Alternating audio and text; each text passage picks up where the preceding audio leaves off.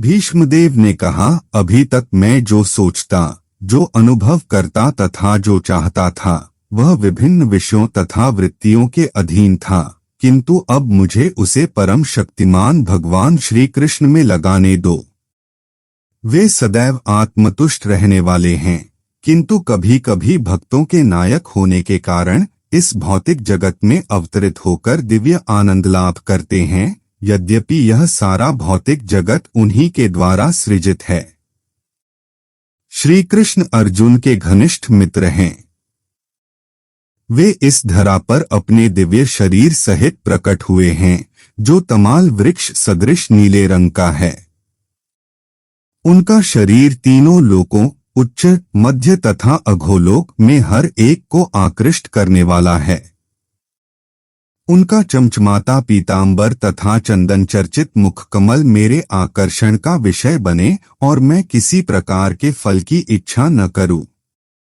युद्ध क्षेत्र में, जहां मित्रतावश श्री कृष्ण अर्जुन के साथ रहे थे, भगवान कृष्ण के लहराते केश घोड़ों की टापों से उठी धूल से धूसरित हो गए थे तथा श्रम के कारण उनका मुखमंडल पसीने की बूंदों से भीग गया था।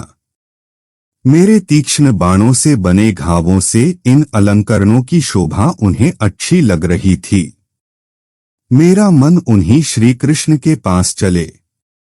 अपने मित्र के आदेश का पालन करते हुए भगवान श्री कृष्ण कुरुक्षेत्र के युद्धस्थल में अर्जुन तथा दुर्योधन के सैनिकों के बीच में प्रविष्ट हो गए और वहां स्थित होकर उन्होंने अपनी कृपापूर्ण चितवन से विरोधी पक्ष की आयु क्षीण कर दी। यह सब शत्रु पर उनके दृष्टिपात करने मात्र से ही हो गया। मेरा मन उन कृष्ण में स्थिर हो। जब युद्ध क्षेत्र में अर्जुन अपने समक्ष सैनिकों तथा सेनापतियों को देखकर अज्ञान से कलुषित हो रहा लग रहा था, तो भगवान ने उसके अज्ञान को दिव्य ज्ञान प्रदान करके समूल नष्ट कर दिया। उनके चरणकमल सदैव मेरे आकर्षण के लक्ष्य बने रहें।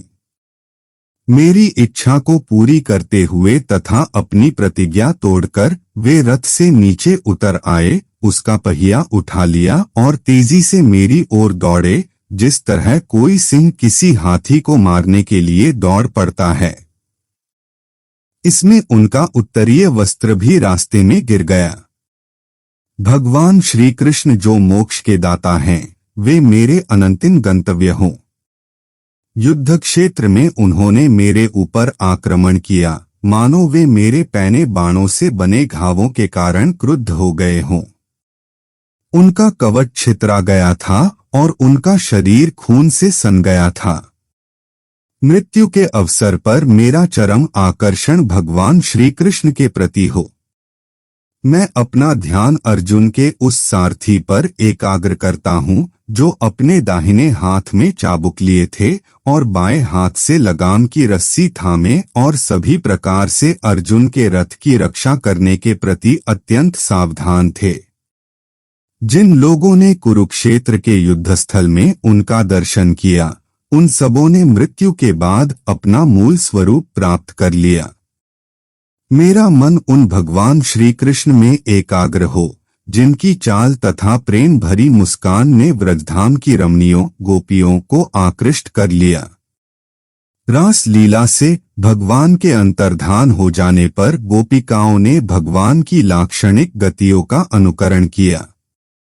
महाराज युधिष्ठिर द्वारा संपन्न राजसूय यज्ञ में विश्व के सारे महापुरुषों, राजाओं तथा विद्वानों की एक महान सभा हुई थी और उस सभा में सबों ने श्री कृष्ण की पूजा परम पूज्य भगवान के रूप में की थी।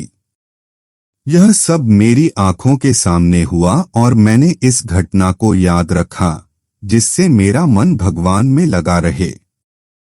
अब मैं पूर्ण एकाग्रता से एक ईश्वर श्री कृष्ण का ध्यान कर सकता हूँ, जो इस समय मेरे सामने उपस्थित हैं, क्योंकि अब मैं प्रत्येक के हृदय में, यहाँ तक कि मनोधर्मियों के हृदय में भी रहने वाले उनके प्रति द्वैत भाव की स्थिति को पार कर चुका हूँ।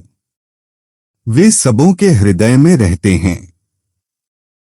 भले ही सूर्य को भिन्न भिन्न प्रकार से अनुभव किया जाए, किंतु सूर्य तो एक ही है।